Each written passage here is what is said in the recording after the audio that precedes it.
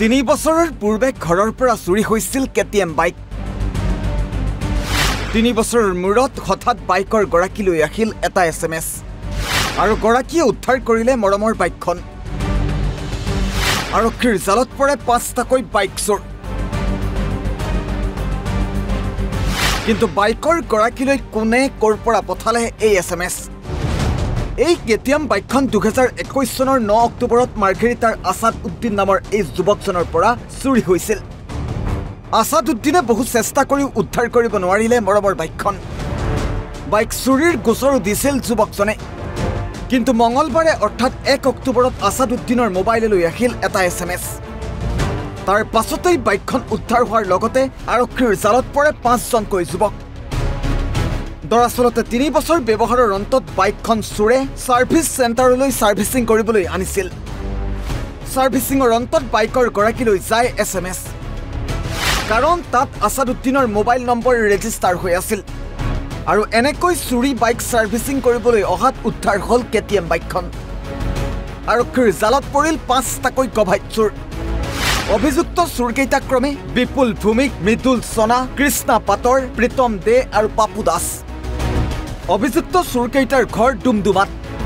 শুনক কি কয় আছাদ উদ্দিনে। মোৰ নাম আছাদ উদ্দিন আহমেদ, মই ইয়াৰ মাহেটাৰ নিবাসী।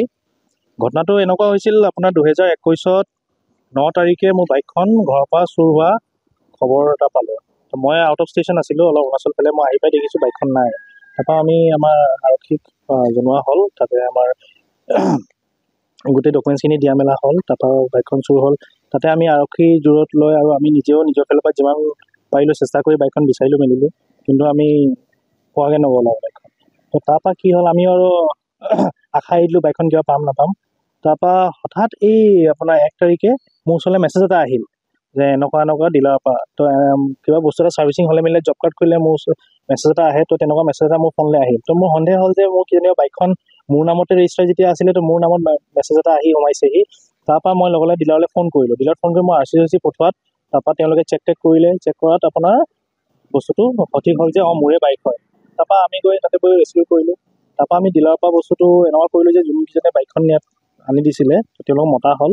মাতি মেলি তো আমাৰ আৰক্ষী সিজুগুৰি থানা আৰক্ষী আহি তেওঁলোকক উদ্ধাৰ কৰিলে। তাৰপৰা আমি জনোৱা হ'ল মাহেৰা থানা।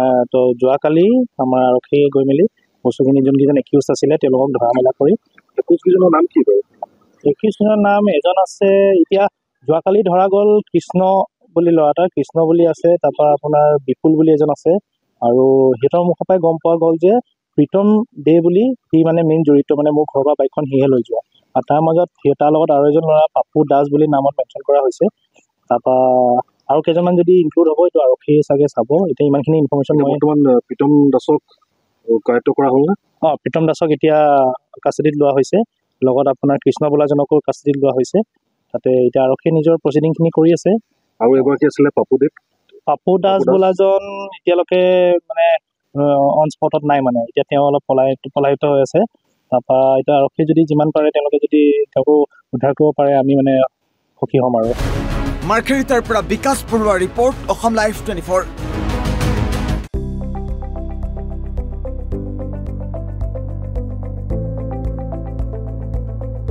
NB নিউজ, সহজ সৰল ভাষাত নৱভাৰতৰ কথা।